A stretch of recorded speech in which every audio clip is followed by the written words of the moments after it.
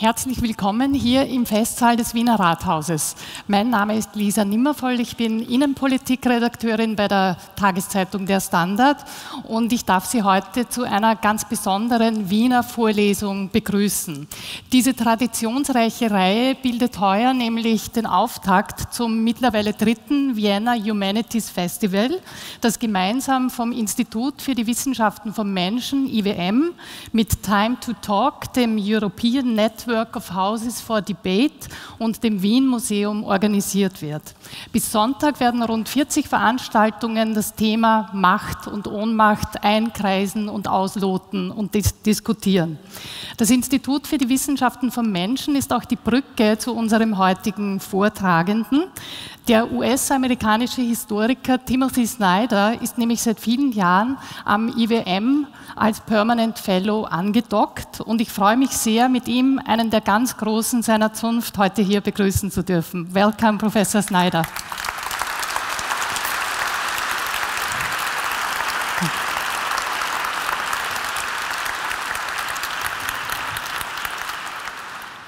Timothy Snyder wird diese Wiener Vorlesung dem Thema seines neuen Buches, das soeben auch auf Deutsch erschienen ist, widmen, der Weg in die Unfreiheit. Im Anschluss an seinen Vortrag wird es dann einen Dialog zwischen ihm und der Rektorin des IWM, Shalini Randeria, geben und es wird spannend zu sehen, wie die beiden die zentralen Thesen eines Historikers mit der Perspektive einer Soziologin kontrastieren oder vielleicht auch konfrontieren werden.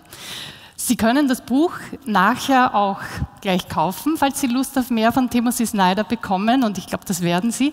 Es gibt draußen einen Büchertisch. Wenn Sie mögen, dann können Sie sich das Buch von Professor Snyder auch gern signieren lassen. Keine Angst vor einer langen Schlange, er wird so lange bleiben, bis der oder die Letzte eine Unterschrift im Buch hat, und zwar kommen Sie dann bitte noch mal rein, er wird hier sitzen bleiben und Sie bekommen Ihre Signierung.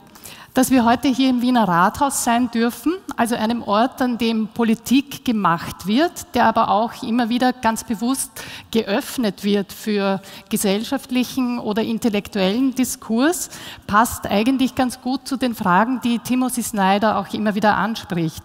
Denn es geht im Kern immer auch um die Frage, inwieweit die Politik, die ja von handelnden Subjekten gemacht wird, mit Absichten, mit offenen, teilweise mit verdeckten, inwieweit diese Politik auch zulässt, sich und die Gesellschaft, in der wir leben, in Frage zu stellen oder zu hinterfragen. Oder ob ein Klima der Offenheit gefördert wird oder ob es eher darum geht, hermetische Politikbilder zu inszenieren und zu produzieren. Die Wiener Vorlesungen sind da ein Format, mit dem die politisch Verantwortlichen dieser Stadt seit mittlerweile 30 Jahren, so lange gibt es die Wiener Vorlesungen schon, immer wieder so einen offenen Ort für demokratischen Diskurs anbieten und ermöglichen, heute mitten im Rathaus. Die Wiener Vorlesungen verstehen sich als Dialogforum im Zeichen der Aufklärung und des Humanismus. Sie möchten Urbanität und Wissenschaft verbinden, vor allem aber wollen sie Menschen ins Gespräch bringen. Und solche offenen Veranstaltungsformate sind in Zeiten wie diesen, in denen liberale Demokratien von vielen Seiten durch autoritäre Tendenzen oder populistische Politiken unter Druck geraten, wichtiger denn je. Es ist daher ein wichtiger demokratiepolitischer Akt, wenn die kritische Auseinandersetzung zwischen Wissenschaft, Gesellschaft und Politik auch ganz bewusst kultiviert wird. Und mit Kultur, auch im Sinne von politischer Kultur, bin ich bei unserer Gastgeberin heute, denn die Wiener Vorlesungen werden in ihrem Ressort konzipiert. Ich begrüße die amtsführende Stadträtin für Kultur und Wissenschaft, Veronika Kaup-Hasler, und bitte Sie ans Podium.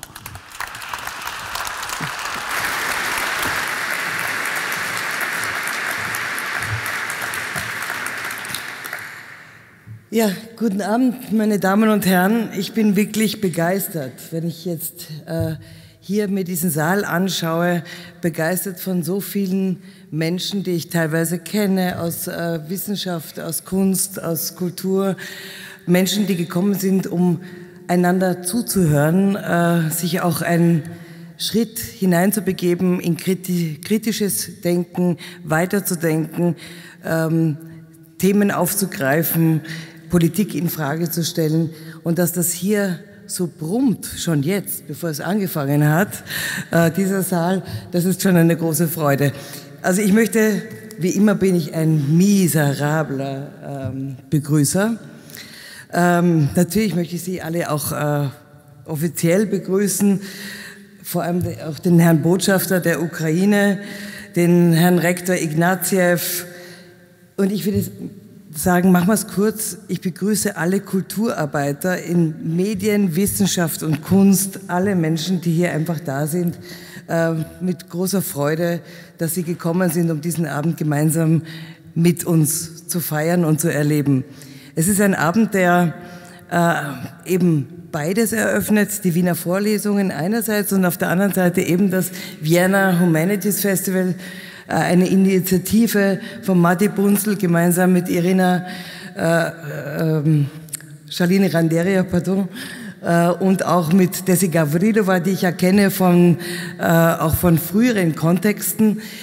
Es ist ein Abend sozusagen, wo Synergien zwischen Institutionen entstehen, dem Wien-Museum, dem IWM und anderen Institutionen, die jetzt am Karlsplatz sozusagen gemeinsam versucht haben, einen Denkraum zu erzeugen, der multiple ist und der auch weiterwirken soll. Also Chantal Mouffe zum Beispiel ist auch geladen. Es sind einige Vertreter aus Wissenschaft, aus gesellschaftspolitischen Denkdiskursen da, die ich alle gerne erleben möchte, mit Ihnen gemeinsam. Und ich freue mich sehr, dass dieser Abend eben mit Timothy Snyder beginnt, einem Historiker, der uns auf die Spuren führt von diktatorischen Regimes, ja, auf die Spuren von Totalitarismus, Vergleiche zieht zwischen vermeintlichen Antipoden von Ost und West, die sich doch sehr ähneln, und wo auch bestimmte Analysen da sind, die uns vielleicht erschreckend vorkommen in ihrem Realbezug zu einem Österreich, das plötzlich anfängt, auch bestimmte Themen und Werte in Frage zu stellen, die wir schon als erreicht und abgehakt befunden hatten. Und insofern ist dieses wachsame Denken und das wachsame Analysieren unserer Zeit ein ganz, ganz wesentlicher Punkt. Und wir brauchen sie alle. Und ich bin froh, dass dieses Rathaus heute einen Energieschub von Geist und kritischem Denken bekommt. Ich freue mich sehr auf Ihren Vortrag. Herzlichen Dank an allen, die das vorbereitet haben. Auch Daniel Löcker sei ganz besonders gedankt.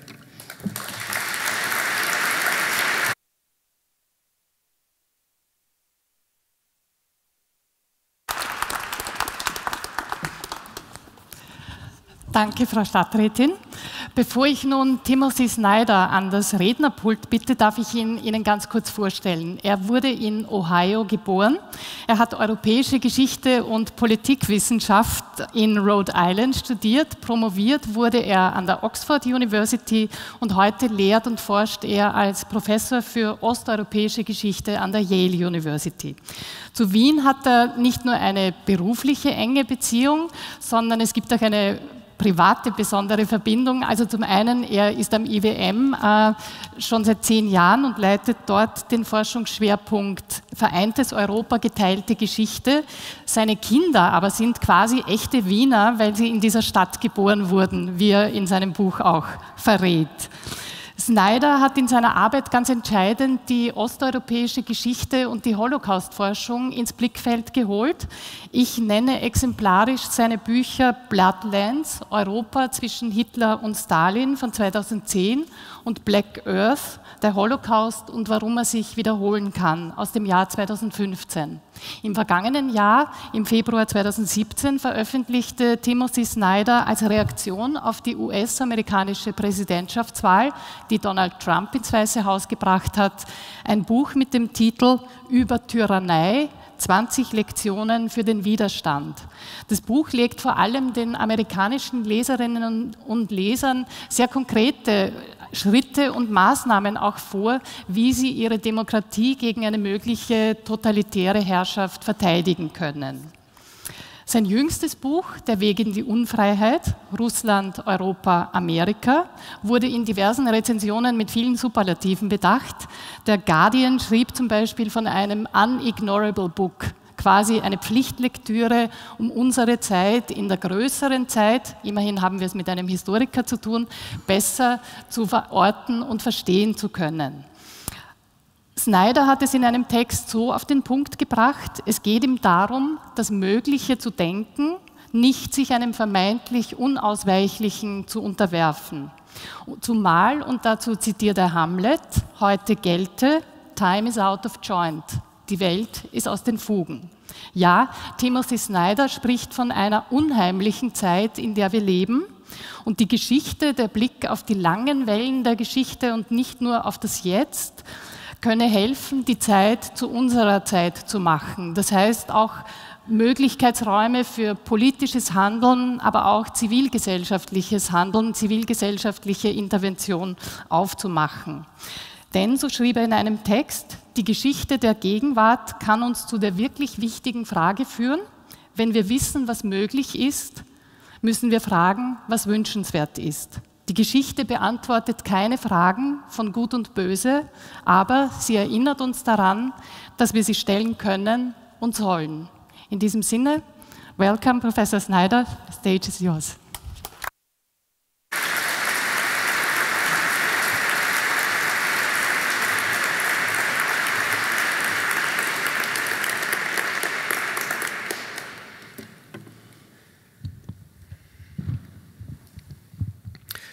Thank you very much. When the introduction is so elegant, I want the introduction to just go on and on. It was lovely. Thank you very much for being here. In being here, you help me to alleviate some of the concerns which I'm about to share with you. And in being here, you are already taking part in some of the things which I would like to advocate for. So before I begin, I want to thank you for coming out, for not looking at a screen, for taking part in a conversation. And I mean that in all earnestness. Thank you. So I don't know whether you're going to applaud me at the end or not, but I will begin by applauding you. Thank you.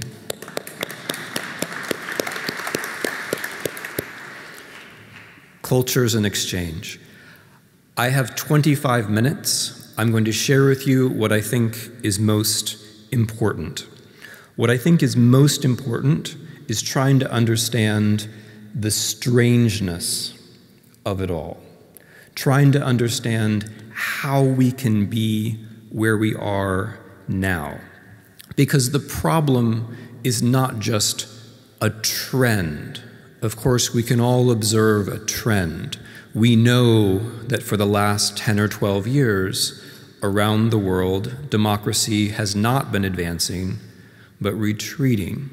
We know that according to very important measures, public opinion polls, democracy is less important in our own countries than it once was. But this isn't simply a trend. It's also, what we're experiencing is also a series of surprises. The arrival of the uncanny, the unheimlich, the things that we not only didn't expect, but couldn't have expected because they are so strange. The election of Donald Trump is an idea which did not fit into the minds of people in the very recent past. The departure of Great Britain, a major European Union member, is an idea which would have seemed odd not so very long ago. And underneath these events are stranger events still. Fictions now take a good deal of the space in political discussion. Fictions that are neither small nor big. They're no longer the big lie of the 1930s, but they're not the small lies that people tell every day either. They're medium-sized lies. Obama was born in Africa as a Muslim. Russia shot down a Polish airliner with the president aboard. Russia did not shoot down MH17, right? Medium-sized lies, I just told 3, which fundamentally affect political discourse in important countries. Hillary Clinton is a pimp who sells sex with children. 1/3 of the American population, when polled, believed that to be true. These are lies which don't build up to a worldview, but these are fictions which change the character of political conversation and help change the character of politics itself. And what is this globalization that we're taking part in? Certainly things are globalized, but globalization itself does not lead towards progress, understanding, enlightenment at all.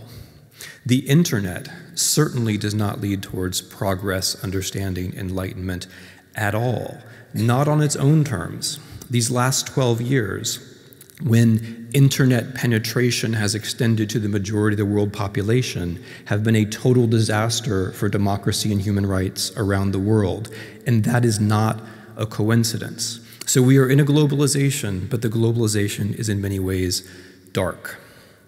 The way I'd like to think about this, now and then later with Shalini's help, is in terms of what comes before politics. How do we experience life? What are the things that are in our minds that reach us before we start to think about politics? For me, and perhaps it's because I'm a historian, I will own up to that, one of these very important things is time. How do we think about time?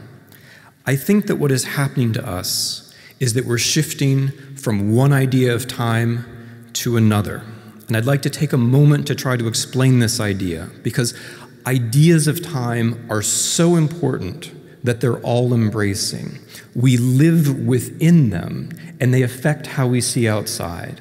They're like a bubble or like a filter, right? They determine what we see and what we don't see, what we think is possible and what we think is not possible. And when these ideas of time break, then we're at a kind of turning point, which is, I think, where we are now. One idea of time, which has been very powerful in the West for the last 25 or 30 years, is what I would call the politics of inevitability, right? Unausweichlichkeit, the politics of inevitability, the notion that time is a line. It's leading from the present into the future. We know what's going to come next. Everything is progress. The good things we have now, we'll just have more of them in the future. Everything that is good is measurable. And let us give you measurements to tell you how, despite appearances, everything is going to turn out well in the end. These are the politics of inevitability. The facts will be edited to make sure that there's a happy ending. We know there's going to be a happy ending. There are no alternatives to that. This idea breaks, and it is breaking now. It's breaking in different times and places. It's breaking in people's minds for different reasons, but it is breaking. It's breaking all across the West. It's breaking in the over-globalized Midwest of the United States. It's broken already in Russia. It's breaking before our eyes. And when it breaks, it tends to give way to another idea of time, which I call the politics of eternity, Ewigkeit. The politics of eternity says, time is not a line into the future, it's a cycle. The same thing happens over and over again. And really, only one thing has ever happened to us, because in the politics of eternity, it's all about us. Only one thing has ever happened to us, and that is our victimhood. The outsiders come over and over and over again, posing a physical and indeed a sexual threat. And that is the only thing that we must think about as we identify ourselves. In this way of seeing the world, not only is there no progress, there is no future at all. The future disappears from the screen. Politicians and governments stop talking about the future. Instead, they talk about the way things happen over and over and over again. All is not progress, all is defense. The future doesn't exist. What matters now is not what you can quantify, it's how you feel, or how I can make you feel, or how the internet can make you feel, or how a president who hits you over and over and over again with the Twitter can make you feel.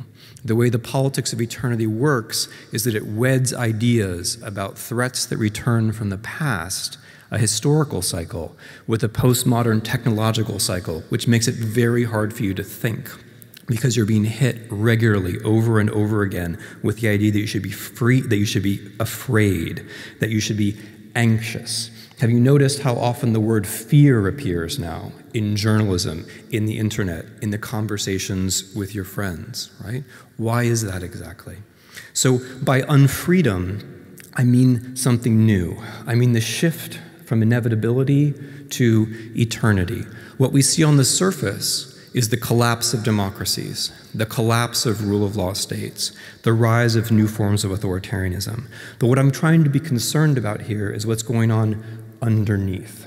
Let me try to be clearer by giving you an example. This is an example you're going to like, because this is the part where I criticize the United States of America. So you already like it, and I haven't even started. But don't worry, I'll come back around to you. So, what is the politics of eternity in the United States? The politics of eternity in the United States says, communism came to an end. History, therefore, came to an end. There are no alternatives. Capitalism will bring democracy. There's nothing that any of us as individuals, as citizens, have to do. Wall Street became Marxist. Economics determines politics. We know the political future because we know the economic present. Okay. What happened, in fact, in the United States over the course of the last 20 years is that we became institutionally a less democratic country. We became socially a much more unequal country. And we became a country where, after the shock of 2008, it became very difficult for people, or for many of my fellow citizens, to think that the future was coming, or to think that the future was going to be better than the present. And of course, we know what comes next, right? We know that the America of 2016 is a country which is institutionally less democratic, socially more unequal. It's also a country where the average citizen spends 11 hours a day in front of a screen. It's also a country where a serious proportion of the population is addicted to opioids, which is another way of experiencing time as a cycle. If you're addicted to anything, and to drugs like heroin in particular, life is a cycle over and over and over again. And I mention this not by chance. The single strongest predictor of a vote for Donald Trump in the United States was, you live in an area where there is a public health crisis involving opioids, right? So that's the United States as it actually is. The interesting thing about the 2016 election is the synergy, and I choose the word carefully, the synergy with Russia. It's very important for Americans not to look at Russia and say, oh, that is a foreign, distant land that is completely unlike us and has attacked us. Sure, they attacked us, but why did the attack succeed? And this is an uncanny thing. It's not every 4 years, at least not so far, that Russia gets to choose the president of the United States, right? This is something new. It's something that Americans have trouble getting their minds around. It's exactly the sort of brute factuality that one certainly would prefer to have illusions about instead, but nevertheless, it's clearly the case. Not just the case that Russia intervened, but that the Russian Federation defeated the United States of America in a cyber war in 2016 and got to choose our president. So it goes. Now, how could that happen?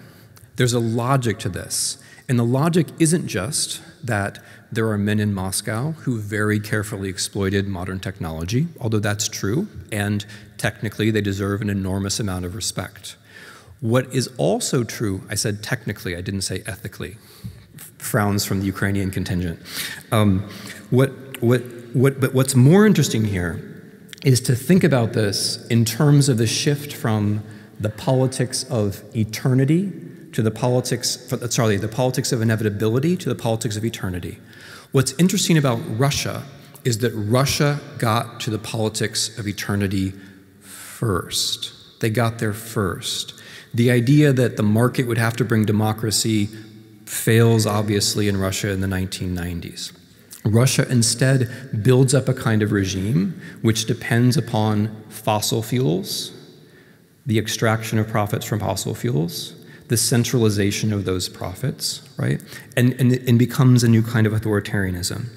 In this new kind of authoritarianism, the future is impossible for three reasons. First of all, if you are a natural gas and oil selling regime, you're not going to be a big friend of talking about climate change.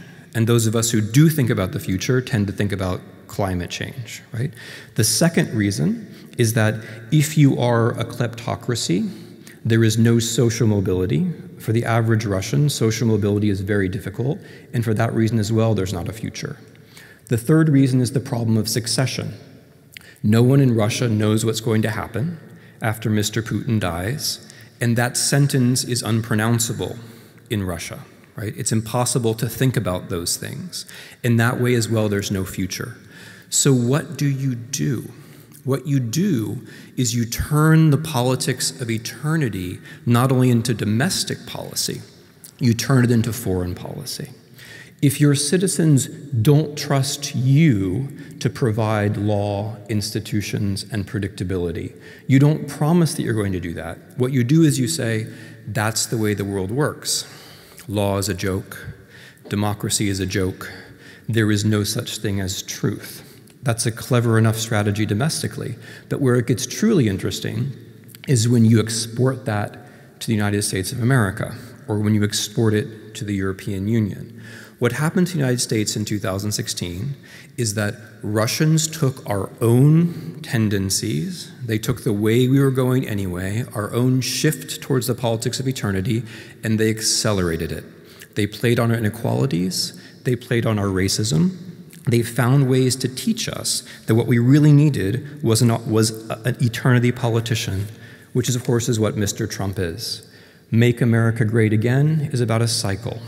The way that he governs is by instructing us that all we have day to day are threats, physical and sexual, and what we should do is fear. The way that he governs day to day, technically, is by way of an internet presence, which makes people either elated or outraged, but either way, so emotional that it's very hard to carry on normal political conversation. Now, that's the part that you get to enjoy, the part about how America gets things wrong. We're sitting in the middle of the most important zone of contiguous democracies in the world. We are sitting in the middle of the largest economy in the history of the world. These are all very good things, and I congratulate you. However, Europeans also have a politics of inevitability. And just like Americans have trouble seeing their politics of inevitability, even though it's obvious to you, right? Europeans have trouble seeing their politics of inevitability. So I'm going to spell it out very quickly. Here's the European politics of inevitability.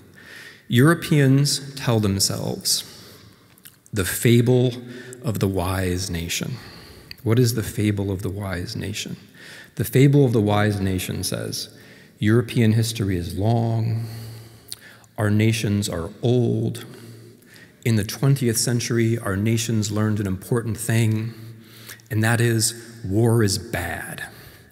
And therefore, we decided to cooperate and form an European Union, right? It's a nice story. And like pretty much everything you learn in school, except at my children's school, which I'd like to say is excellent, like pretty much everything you learn at school about history, that is entirely false. Every single thing about that is false. European nations are not old. There is pretty much no history of European nation states. The real trajectory of European history is empire to integration. The nation state is an artifact of precisely children's education. It never happened. It's the kind of thing that people put into your heads when you're too young to resist, and then it stays, right? And this has very important implications, because this politics of inevitability instructs you that the nation state is there. We can count on it to make good decisions, and it will be there for us. Like the American politics of inevitability, which delegates responsibility to the market, this delegates responsibility to the nation state, to another abstraction, And in a way, it's a more dangerous abstraction because you have never had it. But because you believe you've had it, all of your debates about the European Union are completely warped and nonsensical. Take Brexit, for instance. Both sides of the Brexit debate assume that there's such a thing as Great Britain. But when was that exactly? There was a British Empire, which, like all European empires, began to lose wars and then joined a European integration project. That is your history. That's the history of Germany. Germany lost its great colonial war in Eastern Europe and then began a project of integration. The Netherlands, Belgium, France lost colonial wars and then found their home in Europe. And the history of Europe you tell yourselves about the nation state is a way of not talking about empire. It's a way of not having history. It's a way of telling yourselves that the nation state will always be there for you, but why? Why would it? Brexit is not a step back to a comfortable British home. There's no such thing. Brexit is a leap to the unknown. And for this reason, it's not surprising that this very intelligent Russian foreign policy that I spoke of pushed for Brexit very powerfully.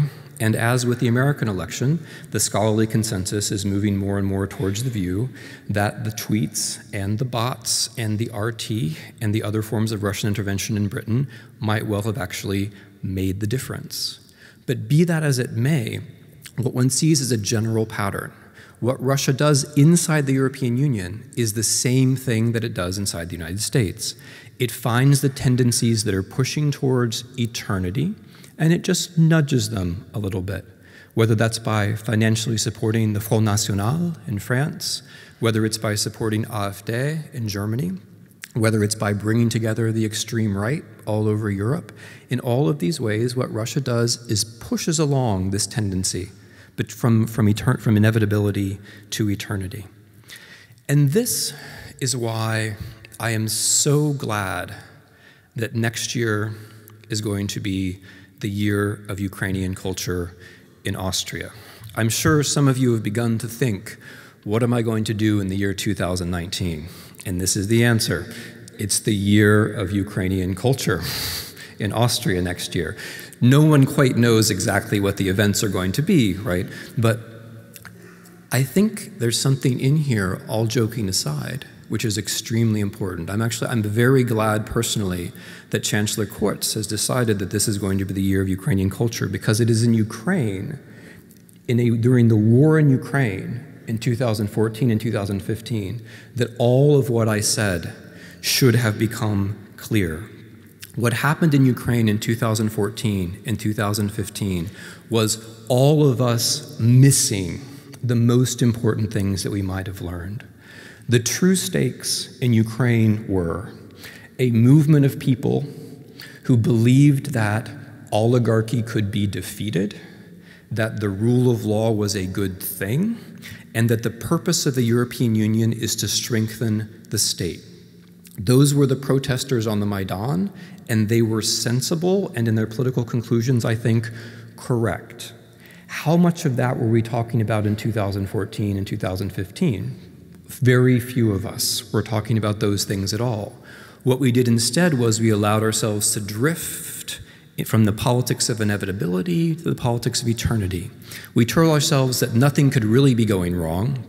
I mean, sure, one European country invaded another European country and the next its territory, the thing which was never supposed to happen, but we told ourselves that nothing was really happening. How do we do that? We accepted eternity. How does that feel? Well, did you find yourself saying, it's all about distant cultures, ethnicities? Did you find yourself thinking, that's a conflict about a faraway country about which I know little? Did you look at maps in the press which had lines dividing eastern and western Ukraine? Did you think for 1 second that this conflict was about language, right? If this conflict were about language, then America wouldn't exist because I speak English, and Austria wouldn't exist because you speak German. The conflict was about Europe and the rule of law and oligarchy, and then at the end about truth, and we failed that test. As the West, we failed that test. We failed to see what was in front of us, and we invited more of it. Hence, what happened in Ukraine happened then later to us. And I mean that not metaphorically. I mean it very specifically. The things that Russia performed in Ukraine, it then performed on us. The leader, the head of state, who totally denies factual reality. That seems strange when Mr. Putin did it. We've gotten used to Mr. Trump doing it. The medium-sized lies that take up space in the public sphere. Surrounding every fact with 5 or 10 fictions so it gets bogged down and can't survive. Or maybe the most important thing, the use of the internet to appeal to your own political and indeed psychological predispositions so that you can't think sensibly about politics. In Ukraine, it worked like this. If you were on the left, you were told that the government of Ukraine were Nazis. If you were on the right, and this is just by chance, it's my right hand, I don't mean anything about you at all, sir, personally. If you were on the right, the far right, you were told that the government of Ukraine were Jews. It does not matter that those two things contradict, because the people who use the internet over here have no contact with the people who use the internet over here. That is what Europeans were told, and many educated, prominent, influential Europeans and Americans repeated that. That is exactly what happened in the American presidential elections.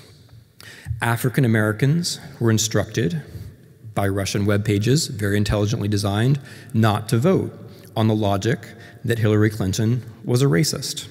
Meanwhile, American racists were instructed to vote on the logic that Hillary Clinton loved blacks. Muslims were instructed not to vote on the logic that Hillary Clinton didn't like Muslims. Meanwhile, conservatives were energized to vote on the logic that she loved Muslims. How could that happen? These things contradict. Because the way the internet works, these people and these people had no contact whatsoever with one another. So, what can we do about all of this? If I'm right, and we're standing, or rather sitting, in a kind of transition, the sitting is important, right? This is more couch fascism than it is fascism. If I'm right that we are standing or sitting, passing through a transition from inevitability to eternity, what can we possibly do? The first thing that I think we can do is to recognize what inevitability and eternity have in common. People we know have seen this, have experienced it. People you know have done this. Certainly people I know have done this. I don't know how many of you are familiar with the UNESCO play Rhinoceros, but the feeling of the friends you have who you think could never take such a position, and then they do, and then they stick with that position until they're unrecognizable. Other people shift from inevitability to eternity, and then finally you do as well. It's all around us. How is it possible that you can shift from one to the other? Well, because deep down, they have things in common. One of the things they have in common is that both of them do away with history. If you believe that progress is inevitable, you don't actually need the facts. If you believe that doom is inevitable, you don't need the facts either.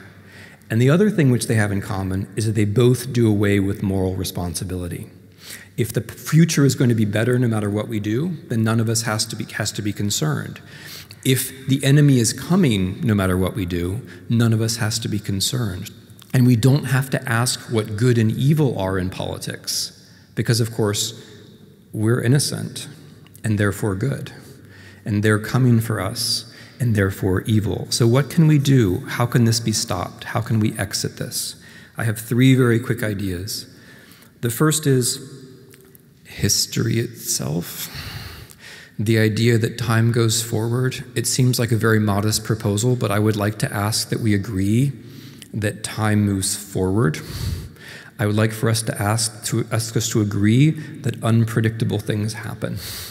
I would like to ask for us to agree that if we understand the structures around us, that puts us in a position to take decisions that might then make a difference. That's what history is all about. And in that sense, I'm afraid history has to be political thought. because inevitability and eternity are both crowding out history. Inevitability crowds out history in the name of statistics and certainty about the future. Eternity crowds out history in the name of memory, in the name of the thing that makes us and them, the name of the thing which gives us victimhood and certainty. Memory crowds out history. The second thing I would press for here in Europe is, and this has to do with history, integration. I'm not going to tell you what kind of European Union you have to have. I am simply going to point out that if you like Austria, or if you like Britain, or if you like France, it makes sense also to like Europe, because those things have never really existed without Europe. Allowing Europe to fade away is allowing the state to fade away. The whole debate in Europe, as I see it, is historically backwards. Europe and the state support one another. That's the lesson of history. If you get rid of Europe, what you need to be ready for is to go back to empire. Good luck. The third thing, which I think is very important, is factuality. Factuality. Factuality in the sense of local news. It is very easy to fill up this entire space with fiction and nonsense and internet memes. I'm not doing it by waving my hands. You don't have to look at the ceiling. But trust me, it's extremely easy to do.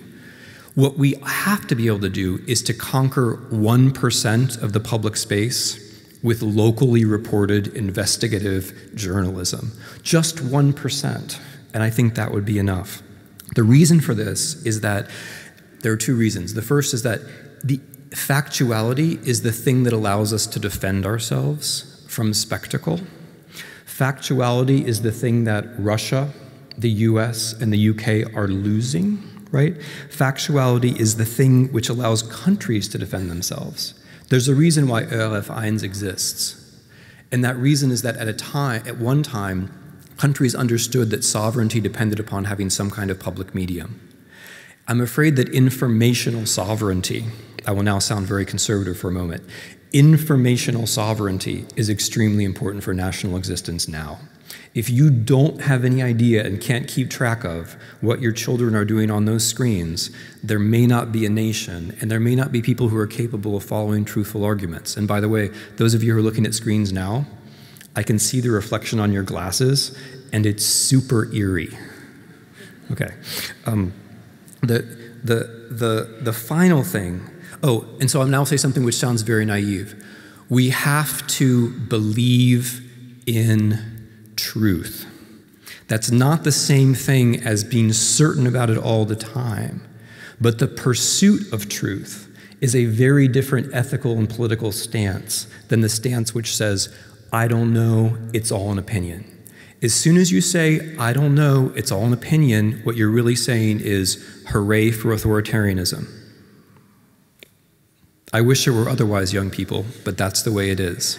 If you say it's all an opinion, I don't know, that means you are going to get rolled over and destroyed by the people who best know how to appeal to your emotional proclivities and your psychological weaknesses. If you don't believe in truth, you will lose out, and your country will lose out, and your friends will lose out to spectacle. That's what's happening all around us. And then the final thing, and I will close here, is equality. Equality, another old-fashioned idea. It's not a coincidence that Russia, the United Kingdom, and the United States are the places where the political surprises have come first. It's not a coincidence because inequality isn't just unpleasant. Inequality makes it hard for people to be together in a democracy or otherwise. If you have $1 billion and I have $1, the truth is not enough for you and it's too much for me. If you have $1 billion and I have $1, we have absolutely nothing to talk about. And if you have $1 billion and I have $1, you can shape the internet around me, and it's very possible that you do. Inequality is not primarily about money.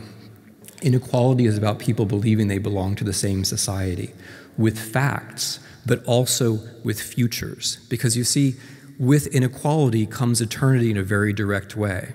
When people don't believe that they have a future as individual or as families, They're much more vulnerable to political ideas which say the same thing happens over and over and over again. So these traditional ideas, if we can take them seriously and earnestly, may help us to face the postmodern problems that we have around us. And I insist that there are things that we can do.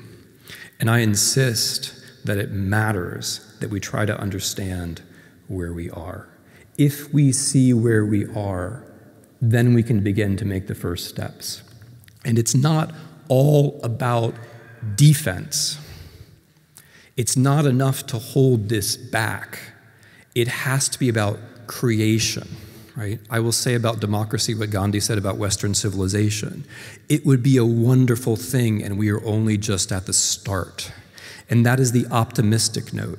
The 21st century might be the century of democracy because we haven't had one yet. Right? Thank you.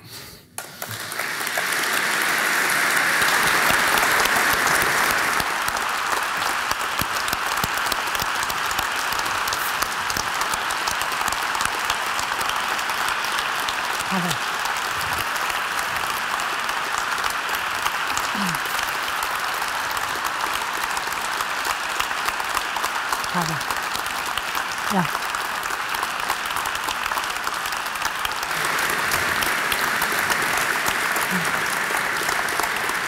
Thank you very much. Thank you very much. Please take a seat. Okay. Herzlichen Dank, Professor Snyder, für diesen tollen, inspirierenden Vortrag. Da wurden jetzt ein paar ganz wichtige Dinge angesprochen, Türen in Räume aufgemacht, durch die er jetzt gemeinsam mit der Rektorin des Instituts für die Wissenschaften vom Menschen, Shalini Randeria, wandern wird. Bevor ich Sie zu uns auf die Bühne bitte, möchte ich auch noch ein paar Worte zu ihrer Biografie sagen. Sie wurde in Washington, D.C. geboren. Sie hat Soziologie und Sozialanthropologie studiert, und zwar an der Delhi University, der Oxford University und in Berlin an der Freien Universität. Nach Stationen in Budapest und Zürich ist sie seit 2012 Professorin für Soziologie und Sozialanthropologie am Graduate Institute of International and Development Studies in Genf. Seit dem Jahr 2015 ist sie quasi Pendlerin zwischen der Schweiz und Österreich, zwischen Genf und Wien, denn damals wurde sie zur Rektorin des IWM in Wien ernannt. In ihrer Forschungsarbeit beschäftigt sich Shalini Randeria mit den Themen Globalisierung und Entwicklung, Recht und Politik, Zivilgesellschaft, soziale Bewegungen und NGOs. Und falls Sie sich jetzt wundern sollten, wenn im Gespräch ein paar Thesen oder zentrale Aussagen des Vortrags noch einmal wiederholt werden, dann liegt das daran, dass die Vorlesung vom ORF aufgezeichnet wird, aber in der Sendung auf ORF 3 nicht alles Platz haben wird, und mit Blick auf dieses Fernsehpublikum wird Rektorin Randeria ein paar Dinge vielleicht auch wiederholen. Ich bitte Sie auf die Bühne, Professor Snyder, und Sie auch.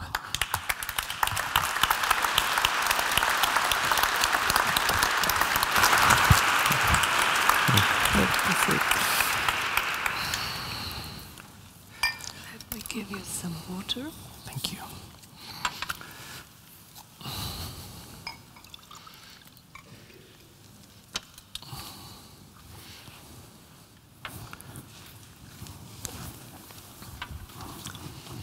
Do you want a moment?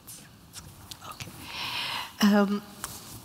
So let me begin by trying to understand your own journey.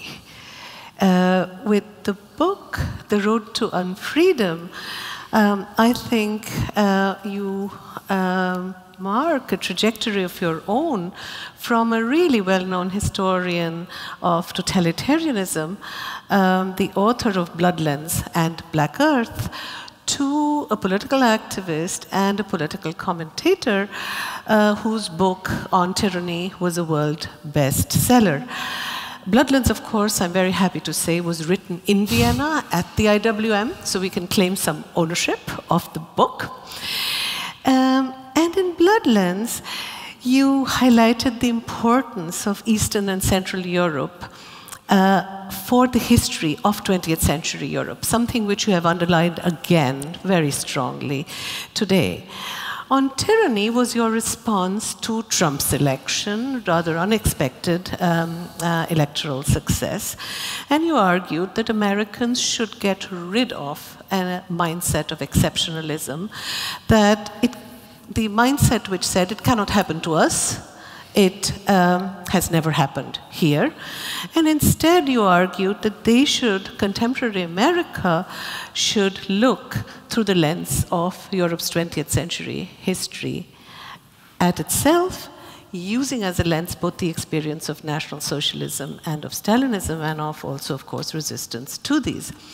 Your new book offers a side diagnosis. It's a history of the present. It's an attempt to define the nature of where we find ourselves today and how on earth did we get here and why. If I were to sum up the central argument in a sentence, and I quote you, you say, the road to unfreedom is the passage from the politics of inevitability to the politics of eternity, end of quote. And the argument is that in the post-1989 liberal euphoria that announced the end of history on the one hand and the triumph of the market on the other hand, also in a sense rendered politics as we knew it superfluous by proclaiming, in the words of Reagan and Thatcher, that there is no alternative. This insistence on the absence of political choices in the face of market fundamentalism and the inevitable rise of democracy is something which you call the politics of inevitability, and you've juxtaposed it in the book to what you call the politics of eternity, which you see as not only following, but also caused by the politics of inevitability. And the politics of eternity, if I understand you rightly, is the return of an authoritarian, nation-centered politics of identity represented by Putin's Russia, but not only there, and that's something I'll come to in a moment, which is marked both by a politics of resentment and a politics of victimhood. That said, well, the first thing I would like to discuss with you is, you called them two kinds of politics of time, and I had the feeling these are two politics or two temptations of timelessness, rather. And the question for me is, why do you choose to frame your argument on neoliberal capitalism and on populist identity politics in terms of eternity and inevitability? Well, so first of all, it has to do with where I found myself in a particular place in time. I was reading Hamlet in the fall of 2016, and I had this very interesting moment with my own students at Yale, where they asked me, after the election of Trump, will you please, Professor Snyder, tell us what you really think? Which, of course, was not appropriate in the setting of a class on Eastern Europe. Although it should be said that in the spring of 2016, when I ended my lecture class on Eastern Europe, I said, you're going to hear a lot more about this man, Paul Manafort, which has turned out to be true. It is very much the case that things which were very familiar to Russians and Ukrainians have slowly become familiar to us. But I was in this position of wanting to be able to explain what I thought, but I wanted to give the students a way of thinking about it which would allow them simultaneously to engage and take a distance, right? To believe that they could do something without feeling overwhelmed. And when I looked at them, when I looked at these kids who had literally known nothing but Obama, right? Which is, I mean, there's a problem with knowing nothing but Obama. He's so nice, and it seemed like he was just going to take care of everything, and that we didn't really have any more problems anymore, and look how wonderful we were because we'd reached the end of a trajectory and we'd elected a black president. Imagine kids who had grown up with 8 years of Obama and couldn't remember anything else. This was them, and so I was trying to shake them into history. And the idea of inevitability began as my mild critique of Obama, right? My mild critique of the Clintons, my mild critique of the slightly complacent American idea that everything was going in the right way, we just needed to tweak things a bit, right? My mild critique of the fact that we didn't react to 2008, to the financial crisis of 2008 in a more dramatic way. In 2008, we should have bailed out the newspapers. We should have bailed out the newspapers in 2008. We bailed out the banks and we're still bailing them out. We should have bailed out the newspapers in 2008. It would have cost nothing, and we didn't do it, and we'd be in a better world, but no one was creative in 2008. Interestingly, it wasn't like the 30s, right? The 30s were full of ideas, good and bad, about what to do about the Great Depression. After 2008, we didn't have any ideas except give a lot of money to Wall Street, which I admit it's an idea. It's just not the only possible idea that one could have. It's a beautiful example itself of the politics of inevitability, right? And when I tried to explain, not at my home university, but at a university up north, and this rivalry will be meaningless to you, but it's Harvard, I was giving a lecture about these ideas to the kids at Harvard, and one of them in the back looked at his watch, and I said, okay, why are you looking at your watch? And he said, well, because a famous Wall Street investment bank is about to start its recruiting party. And I said, okay, that helps me explain the politics of inevitability and the politics of eternity. Before Trump was elected, you thought, I'm going to go work on Wall Street because everything's going to be great. Now you think you're going to go work on Wall Street because everything's going to be terrible anyway. And they were like, yeah. That's where it started, right? Trying to explain to a young generation, which we have raised without history. Right? I see this as a tremendous, one of the many, many failings of my generation. We raised them without history. Now we have to say to them, oh, and by the way, 27, 34, 38, right? By the way, oh, by the way, right? So that's where it started, as a way of trying to get them to think about history, by getting them to see that, as you say, the ways that we escape history are by forming these bubbles of timelessness around ourselves. So that's how it started. So if I take up the point on history, the thing is, populism is not new. We've had populism before. We've known many waves of populism. And you coin a very interesting term to distinguish Trump's populism from others, and you call it pseudo-populism.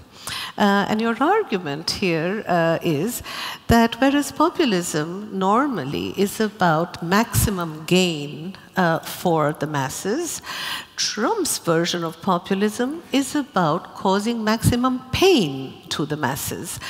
And the puzzle here is as to why and how does pseudo-populism work, and what makes it so successful, particularly in the US? Okay, so that's a wonderful question, because I think one of the things we have to do when we think about 21st century authoritarianism is ask ourselves, what is old and what is new? And there's not a clear answer to that. It's not the 1930s, but it's also not totally unlike the 1930s. There are some obvious similarities, like thinkers from the 1930s are being brought back from Russia to America and in every country in between. There are some obvious similarities to the 1930s in the sense of return to a politics of us and them. But there are also some obvious differences. Fascists wanted us to get out on the street. Mr. Putin really doesn't like it when people get out on the street. Mr. Trump really doesn't like it when people get out on the street either. What he likes to do is pretend that lots of people were out on the street, but that's not at all the same thing, right? The fascists wanted real people out on the street. Mr. Trump wants fake people out on the street, and there's an important difference there, right? Fascism was about the big lie. Fascism was about the overwhelming lie which reshaped all of reality around you. What we have now is about the medium-sized lie. It's about throwing fictions at you that are big enough to confuse and deflect political discussion. They don't give you a worldview, but they might confirm the things you already think and fear. And now I'm going to try to approach the question. One other thing which fascism did, and I'm going to connect this to populism in a second.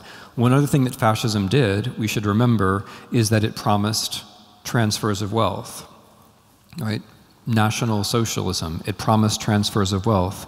It promised transfers of wealth from Jews to non-Jews, but it promised transfers of wealth. It promised redistribution, and it delivered on that promise before and during a horrifying world war. That's something which is different, right? Populists also promised transfers of wealth. I mean, characteristic of populism is the idea that there is some kind of an elite that has too much, and then there's some kind of a people that has too little, and the idea of policy is going to be to make a transfer. Notice that the leading characters in this story do not do that. They do the opposite, right? I mean, Russia is the most unequal country in the world at the moment, right? The United States is one of the few countries which can possibly compete, and we're moving in that direction. Mr. Trump talked about building a wall, right? But he doesn't actually build an actual wall. He talked about building highways, but he's not building actual highways. There isn't actually a new welfare state being created before our eyes. And this way, it's not like fascism. The opposite is happening. What Mr. Trump does, and this is what I mean by pseudo-populism, he's trying to keep the pain going, sadly, and he's succeeding.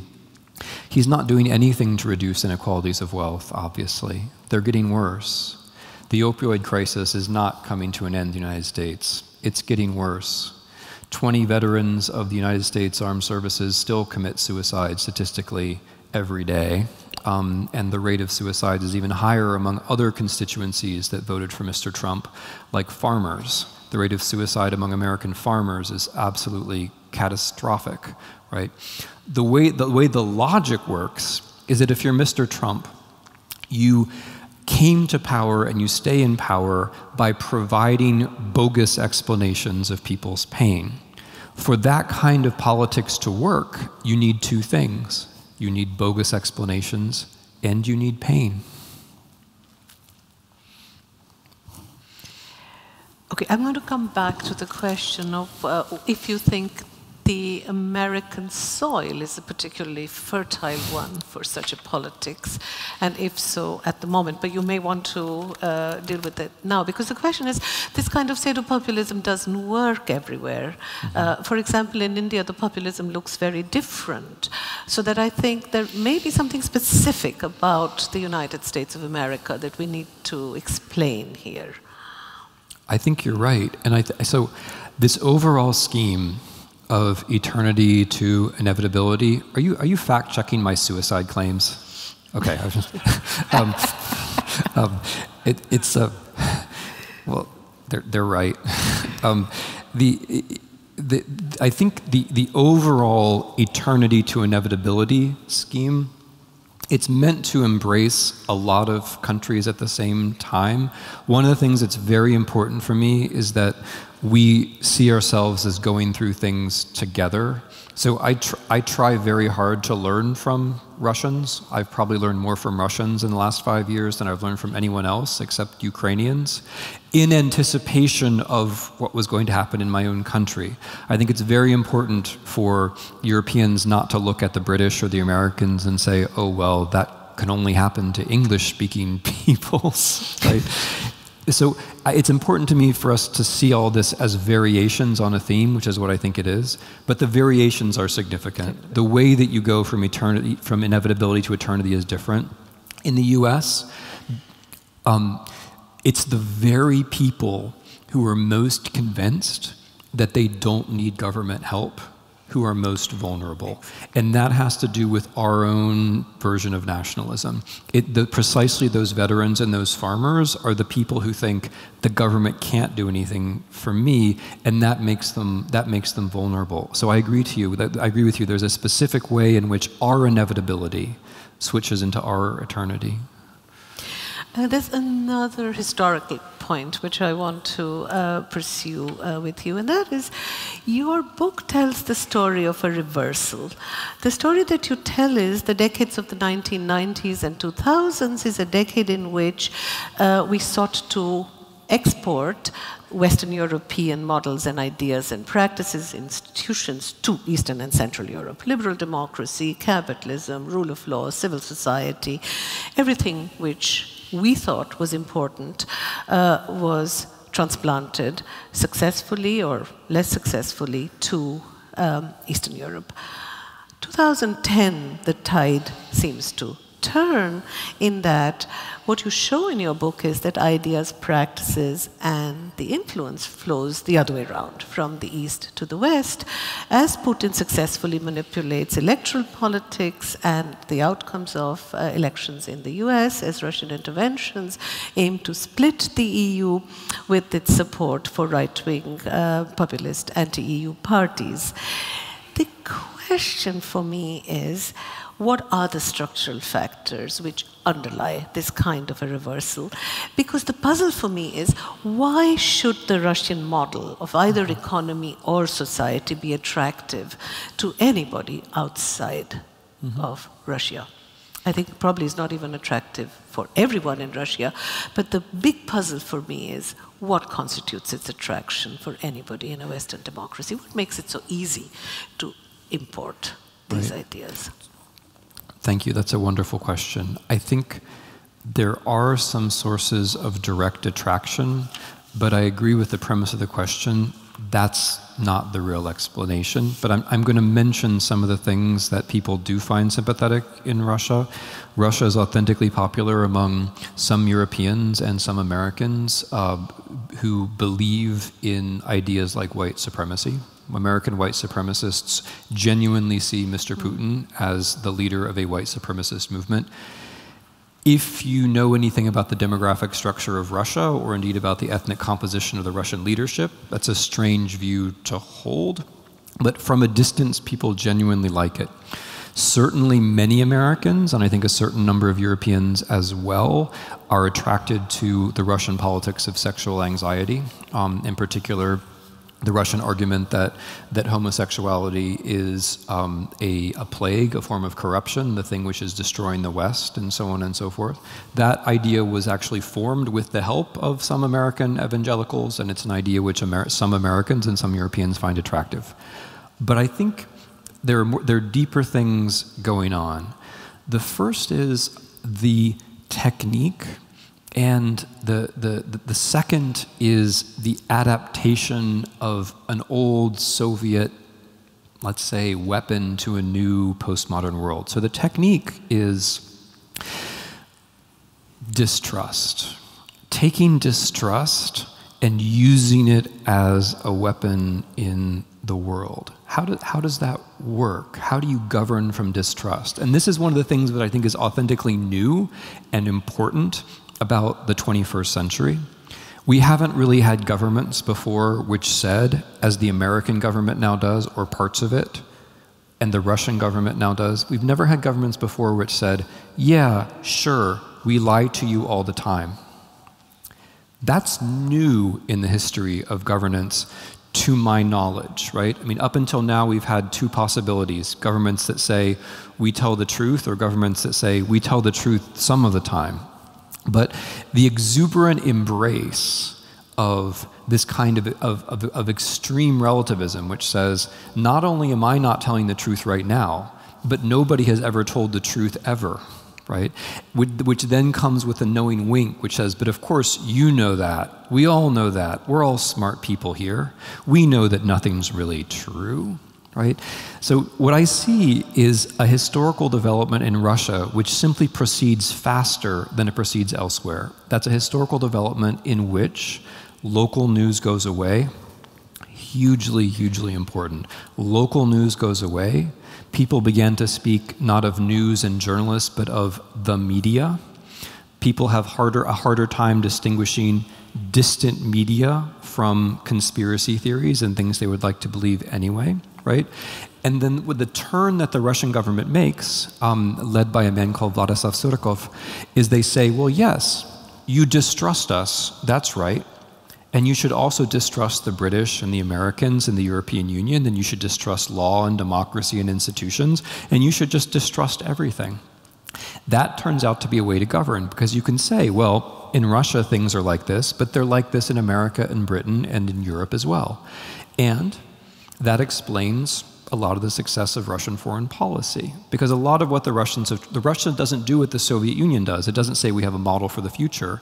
It completely wipes out discussion of the future by encouraging people to be angry at one another in the present, largely on the basis of claims that are not true.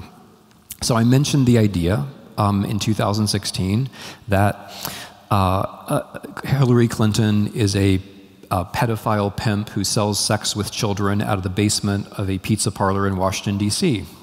Okay. I'm not going to ask how many of you believe that, right? I mean, you know, I assume that it's about half and half in this room. But I will repeat that about a third of the American population believed that at a certain time. Why did they believe that? They believed that because at the moment when it was revealed that Mr. Trump had been taped saying that it was legitimate to sexually assault women, at that particular moment, the Russian Federation then dumped a series of emails which, with the help of American conspiracy theorists, were worked up into a story about how Hillary Clinton sold sex with children, right? These are things which would not work in the world that we're familiar with, but they work now. They work in a world where many Americans don't believe authorities, where they believe the things which confirm their prior political or emotional or psychological disposition. So in order for this to work, you don't have to look at Russia and say that's a wonderful country. In fact, you don't have to know that it was Russia at all. You don't have any experience with Russia. And then there's one more technical point that I'm going to make for you aficionados of secret war out there. So there's a long tradition in the Russian Federation, in Russia, the thing which the Russians were always better than the West at. Actually, there are many things, and many of the words are Russian, like disinformation and provocation and active measures. Those are all originally Russian terms, and there's a reason for that. These go back to the Imperial Russian Secret Services. They go through the whole history of the Soviet Union, and they come to us. The one that I'm going to focus on is active measures. Active measures mean I find some vulnerability in you, and I use it to get you to do something that is not in your interest.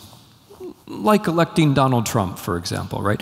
I find the dispositions and the weaknesses and the vulnerabilities in you that are going to get you to do something that is against your own interests. You don't know it's me, right? Now, before the internet, that was really hard.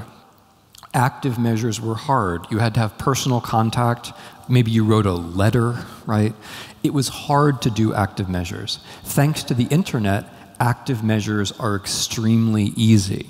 The Russian secret services are doing the same thing that they were very good at doing in the Soviet Union, but we have opened a channel in the West, and especially in America, to our own hearts and minds. The way the internet works now is basically a giant invitation to say, oh, you're an intelligent foreign power with a history of using active measures. Why not get right into the back of my brain now? That's the way the internet works, alas. Okay. Tim, I'd like to pick up 2 points from what you just said, and actually I'd like to pick up on 2 concepts which you've used. Your book comes up with, it crafts a whole new political vocabulary to describe our times. Schizofascism, implausible deniability, etc. I want to pick up on 2 points which you just made. One is a term which you use in the book, and I think it's a very apt term to describe a very particular dimension of the sexualization of politics, which you just referred to. And that is, you use the term sexual geopolitics. And it's an intriguing term because I think it's able to describe very many different kinds of sexualized discourses in politics today. And I think it would be interesting to just hear you on that. Mm-hmm. So when I was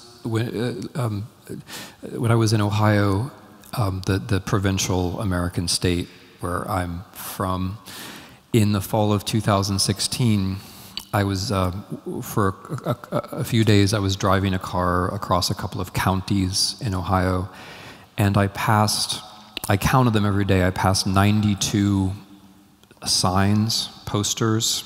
This was the time of the presidential election, and 90 of them were Trump for president, and there were 2 of them that were about Hillary Clinton, and they both said Clinton for prison. Now, there's something deep going on there.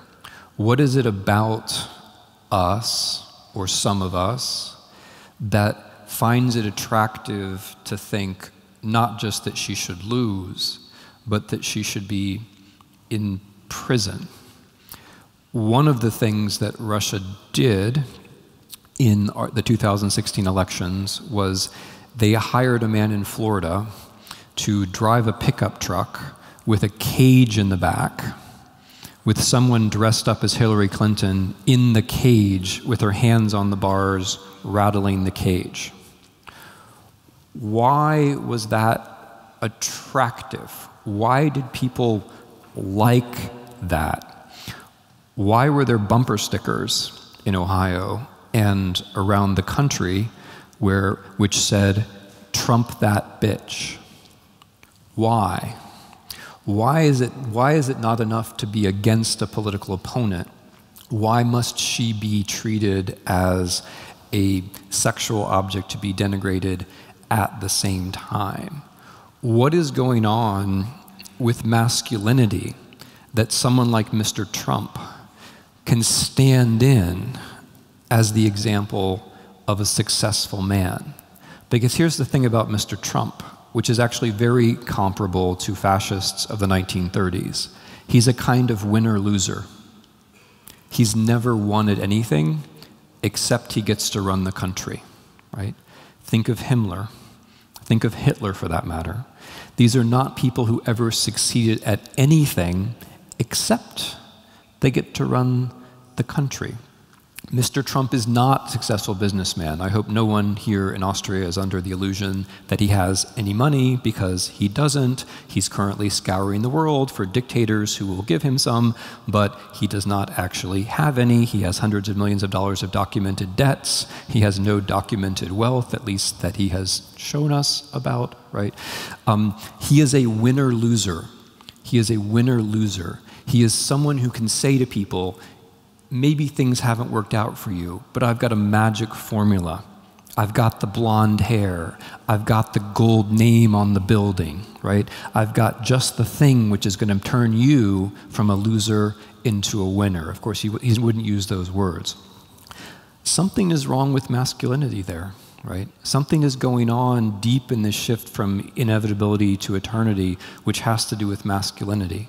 Something is going on when men can be so threatened by the idea of the Mexican rapists, which Mr. Trump talked about, or when men can be so threatened by the idea of a gay international. So not everybody I know was watching Russian television as obsessively as I was in the fall of 2013. But so I'll just tell you, I'll spare you the trouble of finding all the reruns on Первый канал. In the fall of 2013, when Ukrainian students began to demonstrate on behalf of a closer relationship to the European Union, the very first trope that Russian television chose for them was that they were all gay, and their leaders were gay. And the European Union was gay, and if Ukraine ever joined the European Union, it would make everybody gay. And I'm not exaggerating, I'm actually understating, because a lot of it was much more colorful than that, and I would be giving ÖRF serious problems if I described it in detail. So something is going on here, right?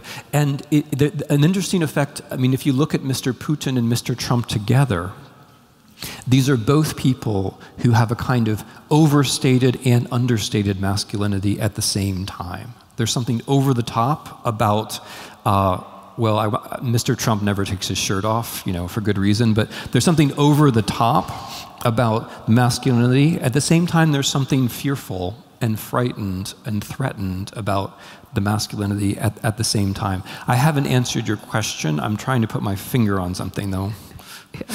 Let me move to the second concept, which has something to do with the way you've been describing Russian foreign policy. And I think this is a very, very interesting concept which you come up with, and you call it strategic relativism.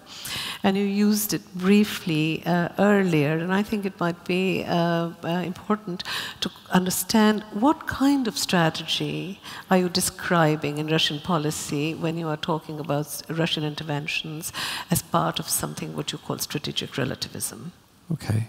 You know, I'm going to do that, but let me first take another crack at the masculinity, because there's something interesting about globalization, which is that it turns out that it's our fears and our anxieties that are generic. The idea was that progress was supposed to be generic. Enlightenment was supposed to be generic. We were all supposed to enlighten ourselves in the same direction. But what we find out instead, at least sometimes, like now, is that it's our anxieties that are generic. So the fear of gay marriage turns out to have a lot of resonance around a lot of the world, the Muslim world, to the American Christian world, to the Russian Orthodox world, to parts of the European Union. That's a very generic fear. The fear of migration turns out to have a lot of play, regardless of whether they're migrants or not, over a lot of, and these are generic. This is the thing. This is the irony, because they make us feel like we're part of a community, but they're actually the least specific kinds of fears. Fears of physical and sexual violation are the least specific things about us. They're the most basic thing about us. They don't define us as nations or societies at all, right? They're totally generic. And I say this in the context of the geopolitics because these are things you can try out. If you're a Russian programmer in St. Petersburg working for the Internet Research Agency, you don't have to know anything about actual American racial politics to get a lot of American white people excited about black people. You don't, because a lot of it is simply generic, right? So that's the thing I wanted to add about the geopolitics. Sorry, Shalini, what was the next thing? I got carried away. So no. Just tell me what was the question again. On strategic relativism. Oh, we yeah. can skip it. I can go to migration, which was a very sure. So I think because on migration, you know, while reading the book, I had a question which I wanted to ask you, and that was the following. The argument you make is that eternity politics functions by manufacturing a crisis or multiple crises, which are then instrumentalized to mobilize emotions around these panics.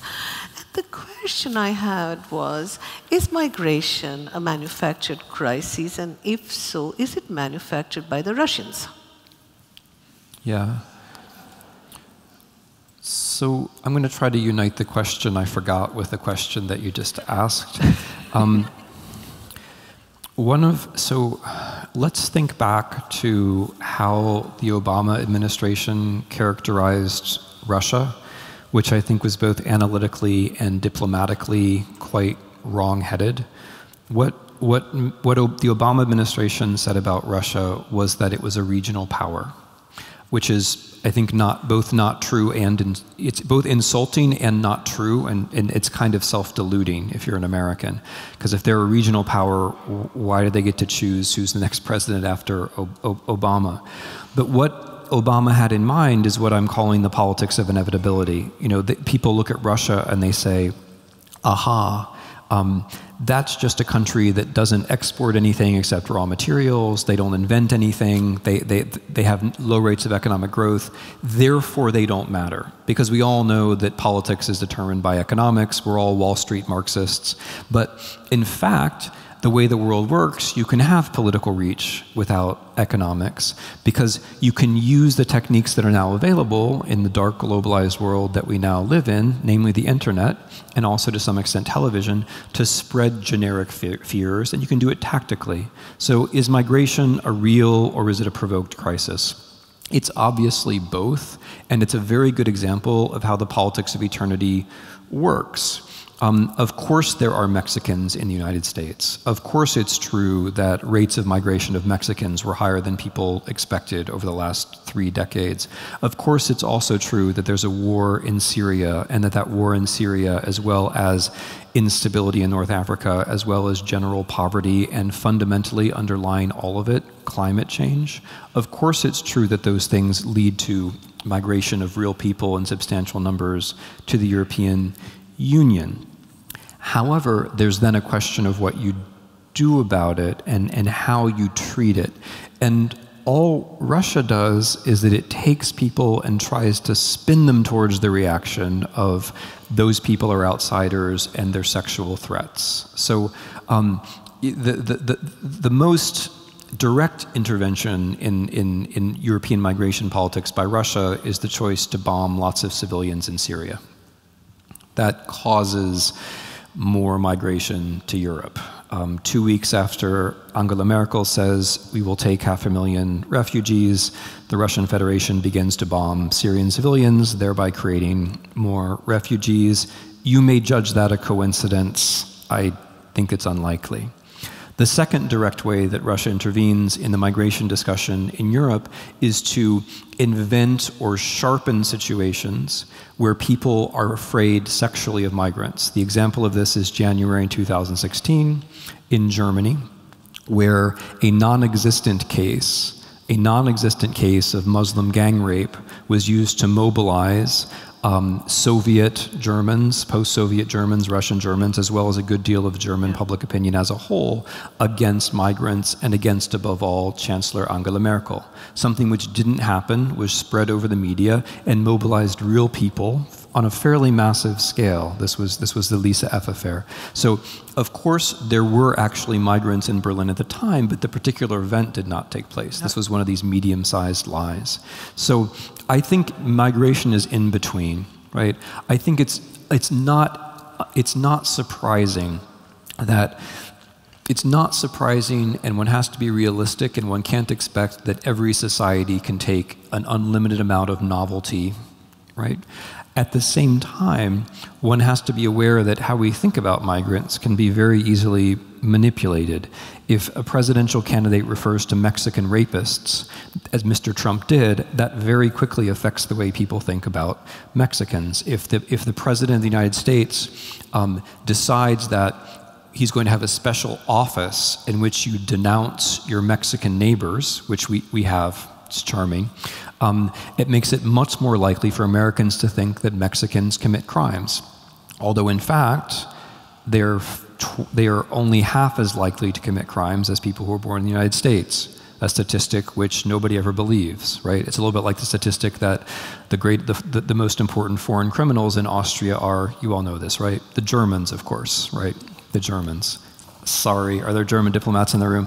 So it's like the actual statistics don't have to line up. Is it a real problem? Yes. Does it matter hugely how it's spun in our minds, and particularly whether it's spun towards physical and sexual threat? Also, yes. Tim, I'm going to move you away from Russia for a moment, if you will permit me. Oh, yeah.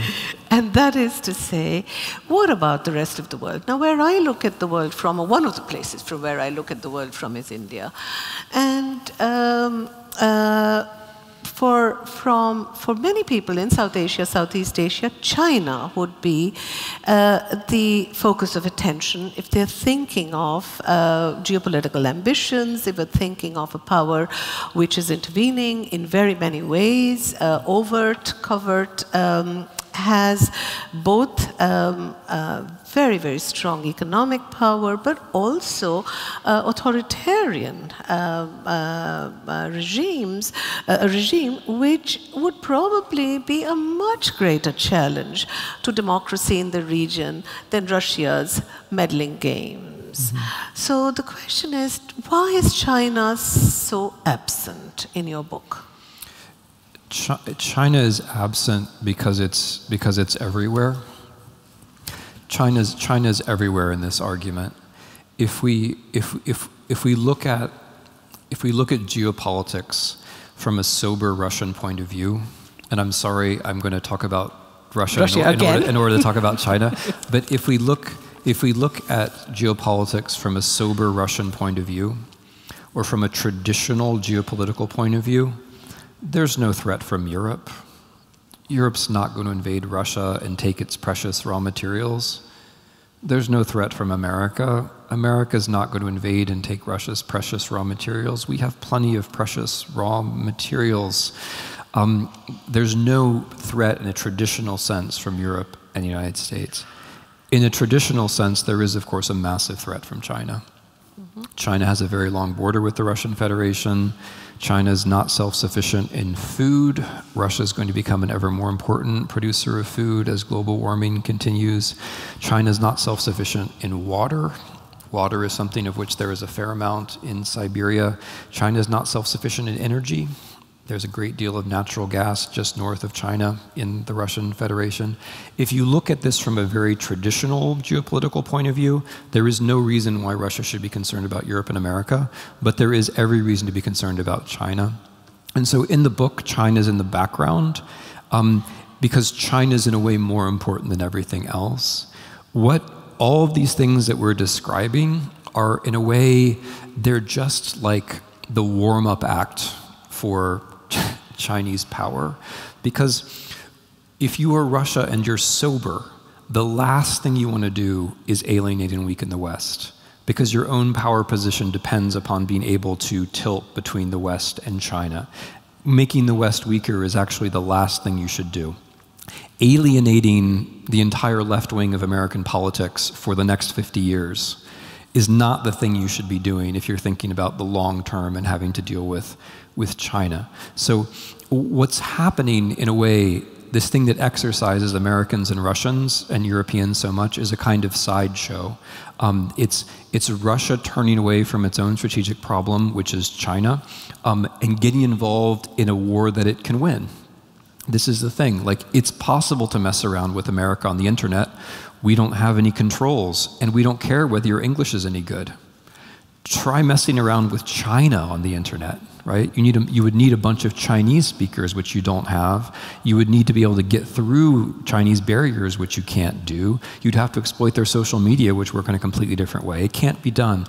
It's much more fun, and I use the word carefully, it's much more fun to mess with Europe and the United States. It's much more fun to mess with open societies where you can get a quick result and feel like you've done something. But I agree with you, China's in the background. So the way I would characterize it, if you look at the whole Northern Hemisphere, it would be something like this. The Americans and the Europeans thought they had a model, but this model is collapsing around them.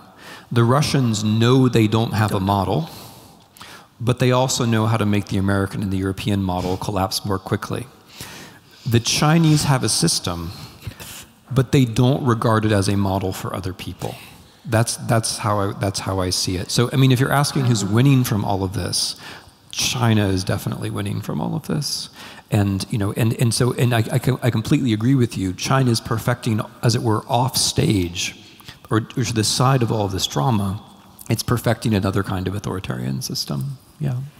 So I want to push you on another aspect of your argument on the politics of eternity and the politics of inevitability. You see both a chronological and a causal relationship between the two, and that's also the title of your book. It's The Road to Unfreedom. It leads from the one to the other. What if I were to say to you, look at India, look at Turkey, look at many countries which exhibit at the moment a hybrid mixture of both. We didn't move from the one to the other. We have both of them simultaneously, but in different kinds of combinations. And that probably needs a different kind of explanation from the one that you have provided partly in the book. Yeah, I agree with that completely. What I'm trying to do in the book is explain a very specific problem, which is, why is it that all of our self-assured democracies, our in the sense of Northern Hemisphere, right, American, European, why are those democracies under threat when we didn't expect them to be under threat? Why is that happening? And why is it, again, in the Northern Hemisphere, in this kind of transatlantic space, why is it that Russia has so much more influence than we think? Why is it that events in Russia and Ukraine are so uncannily predictive of events in the United States and the European Union? I'm trying to explain how influence, as you said before, the tilt was from west to east. Now the tilt is from east to west, and why? And the inevitability and eternity ideas help me with that, because you can, if you look at the US, you can get a pretty clear idea of inevitability. If you look at the EU, get another idea of inevitability, both of which open themselves up to, if you'll pardon the term, both of which create their own contradictions and open themselves up to financial crashes and external interventions. In the US case, it creates inequality, which invites eternity as a form of politics. So I'm trying to explain that specific thing, but I agree with you that it doesn't have to be that neat.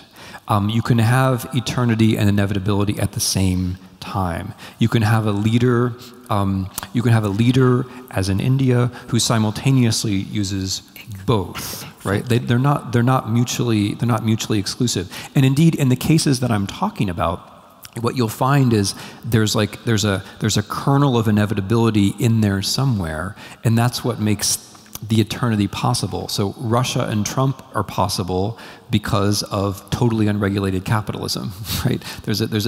I agree with you. It's a mishmash, and in the non-European cases, I think you see that very clearly.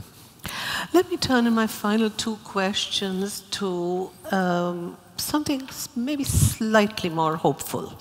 And that is what you call the politics of the possible. In your book, you say, the book emphasizes, it aims to win back the present for what you call historical time, and then you say, and thus it aims to win back historical time for politics. And I think it would be good to try and understand a little more with you before I come to my final question. What is the role you think that history does play or could play in revitalizing politics, in engaging with the issues of our times? Yeah, thank you. That's a wonderful question. Let me start with one of the reasons why I think democracy is a good thing. Because one of the things which is interesting about the present moment is that democracy now has to be defended. We can't simply say it's the only alternative. It's clearly not. And we can't say it defends itself, because it clearly doesn't. We have to defend it, and if we're going to defend it, we have to have arguments which convince ourselves as well as convincing others, which means that this could be a moment of great interest in the public culture, and I hope it will be. But let me start with one argument for democracy, which is that democracy creates time. Democracy creates time. If you're in an authoritarian situation and you're ruled by somebody who's going to die and you don't know what's going to happen next, you don't think about the future. You're not encouraged to think about the future. Instead, you prefer to think, if you like him, that your leader is going to be timeless, that he's somehow outside of time. This is what the fascists explicitly said. The leader comes from outside of history and breaks the rule of time. He unifies us in a myth which is eternal, right? Therefore, don't worry about the fact that he's going to die at some point. Democracy gets us around the basic problem of politics, which is, how do you keep your state going into the future? This is a really, really big deal. If you're in an authoritarian system, it's not just that you don't know what happens when the leader dies to the government, you don't know what happens when the leader dies to the state as a whole. The Russian leadership is very anxious about its own borders and about its own state, and it shares that anxiety with the rest of us. And these are the consequences that we feel. If you have a democracy, time moves forward, because what democracy does is it allows you to vote for one person, blame your own mistakes on him or her, and then vote for somebody else the next time. That creates time in chunks of 1 year, 2 years, and 4 years. And the creation of time is incredibly important for human freedom. Because if you can't think about a political future, you also can't think about a human future, an individual future, or a family future. So, this brings me to what I think is so important about history. History reminds us that time is moving forward, that it always has.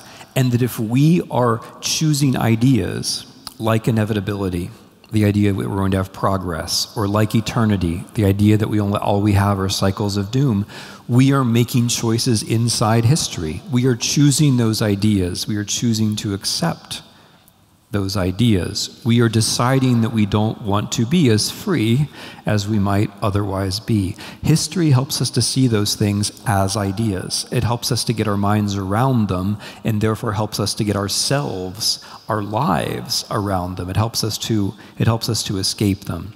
But then the other thing that history does is that history reminds us that, and this is the thing that I personally find so valuable, history reminds us that people who are smarter than we are have faced greater difficulties before, and lo and behold, they wrote about it, and we can read what they wrote.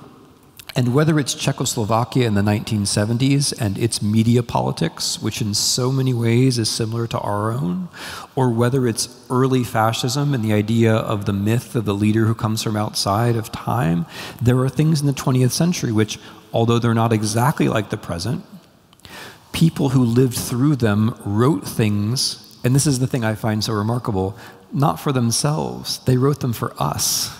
But if we don't believe in history, we don't have that, right? If we don't see ourselves as connected to all that, we don't have that. And the final thing that I would say about history is that history gives you, it makes possible what I call in the book the politics of responsibility.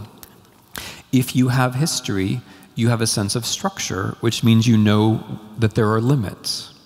But if you have history, you also have a sense of agency. That is, if seeing structure isn't only about seeing constraints, once you see a structure, you also see how you can move around within it, right? Seeing structure is a precondition for understanding your own power, your own responsibility.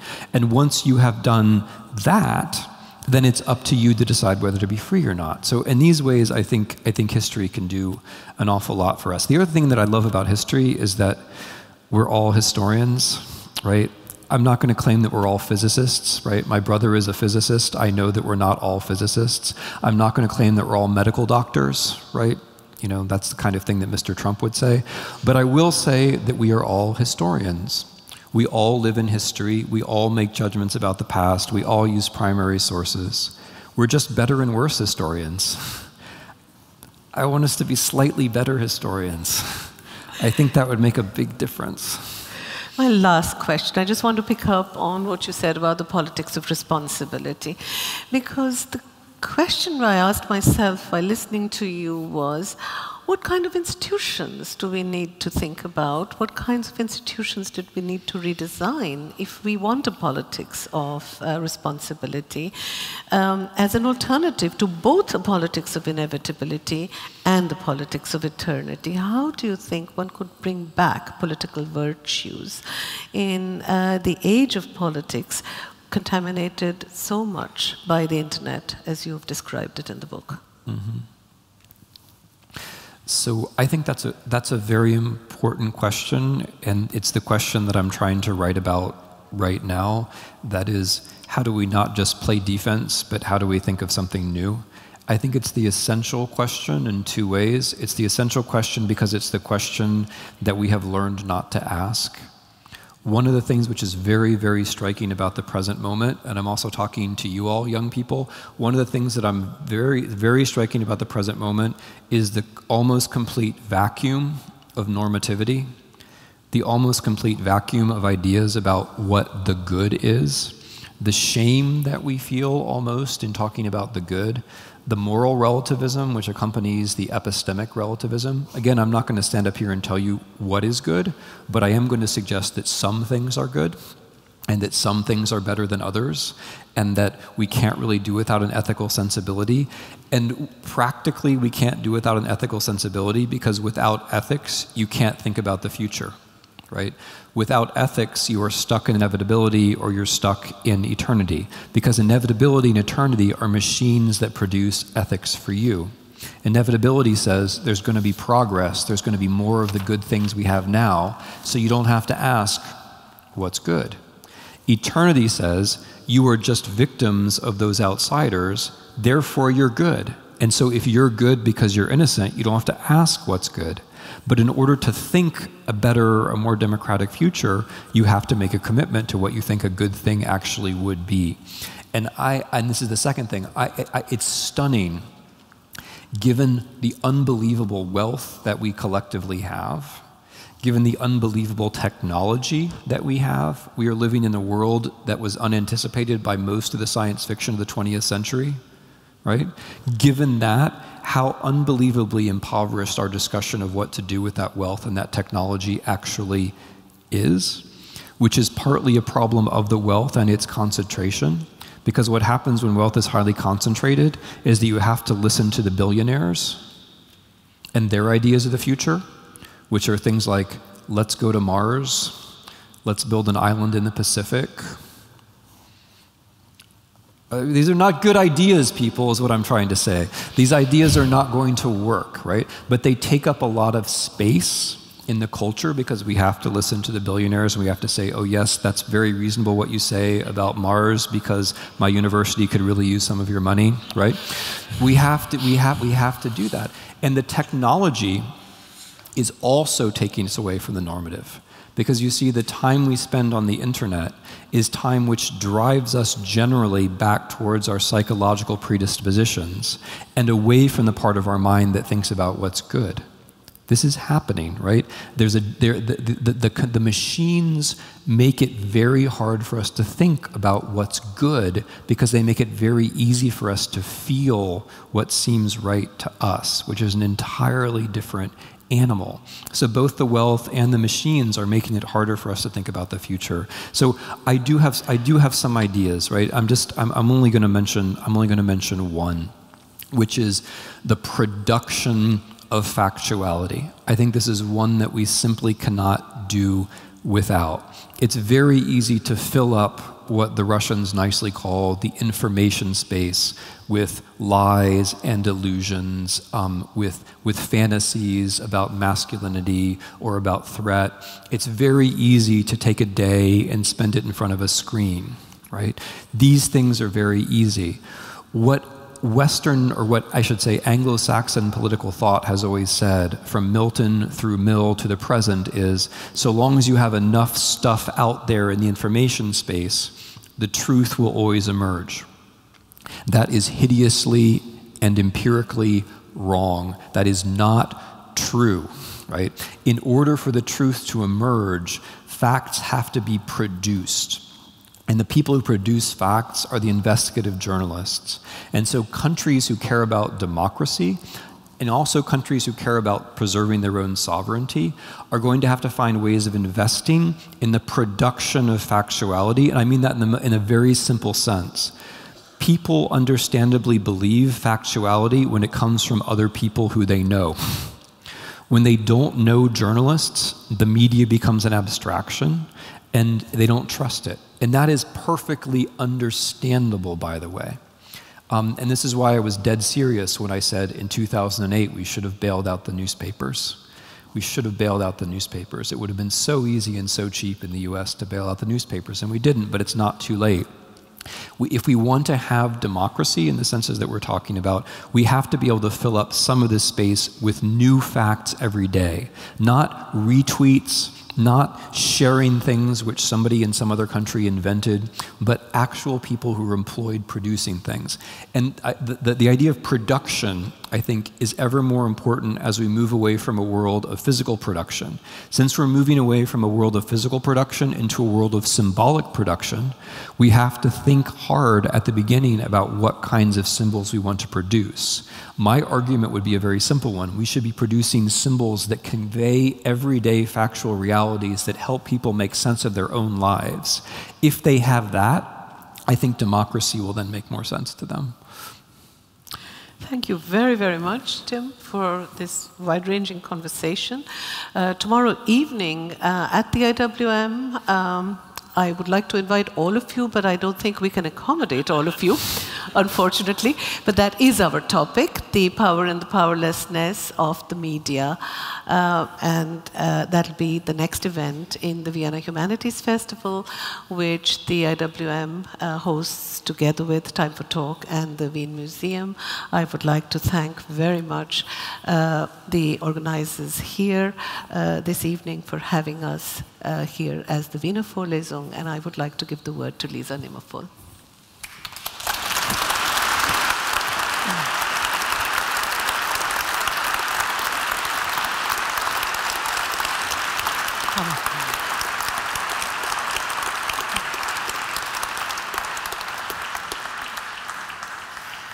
Thank you so much, Professor Snyder, for your inspiring lectures. Thank you. Vielen Dank für das interessante Gespräch, Rektorin Randeria, über den Weg in die Unfreiheit oder wie wir ihn uns hoffentlich selbst verbauen. Dabei kommt es letztlich auf jede und jeden Einzelnen an, oder um es mit einem antiken Historiker, einem der Klassiker der Geschichtsschreibung, nämlich Thukydides, zu sagen: Alles Große wird durch die Einwirkung eines Einzelnen vollbracht. Und vielleicht oder ganz sicher sind Veranstaltungen wie die Wiener Vorlesungen oder das Humanities Festival ganz gute Gelegenheiten, um gemeinsam Feuermauern oder Barrikaden gegen die drohende Unfreiheit aufzustellen. Professor Snyder wird noch eine Zeit lang da sein. Er hat jetzt kein Buch zum Signieren, sondern etwas bekommen. Ich war bei der Unfreiheit, die schleicht sich gern leise heran und tarnt sich auch gut. Und auch dafür hatte Thukydides einen guten Ratschlag. Er meinte nämlich, leichtsinnig sind die meisten bei der Erforschung der Wahrheit und geben sich mit den ersten und besten Nachrichten zufrieden. Das sollten wir nicht tun. Wer Timothy Snyders Bücher liest, wird sehen, dass die Erforschung der Wahrheit einen langen Atem braucht und Beharrlichkeit, vor allem aber auch Bewusstsein. Denn die Welt ist aus den Fugen, bleiben wir also wachsam. Ich danke Ihnen fürs Kommen, fürs Zuhören. Wenn Sie Lust auf noch mehr von Timothy Snyder bekommen haben, dann können Sie, wie schon am Anfang gesagt, sein Buch draußen vor dem Festsaal kaufen. Er wird es jetzt signieren. Ich darf Ihnen die nächste Wiener Vorlesung auch schon ankündigen. Die findet am 22. Oktober dann im Radio Kulturhaus statt. Sie wird der Neugier in der Wissenschaft gewidmet sein und junge Forscherinnen und Forscher zu Wort kommen lassen. Falls Sie noch keine Pläne für morgen oder für das Wochenende haben, sei noch einmal an das Humanities Festival erinnert.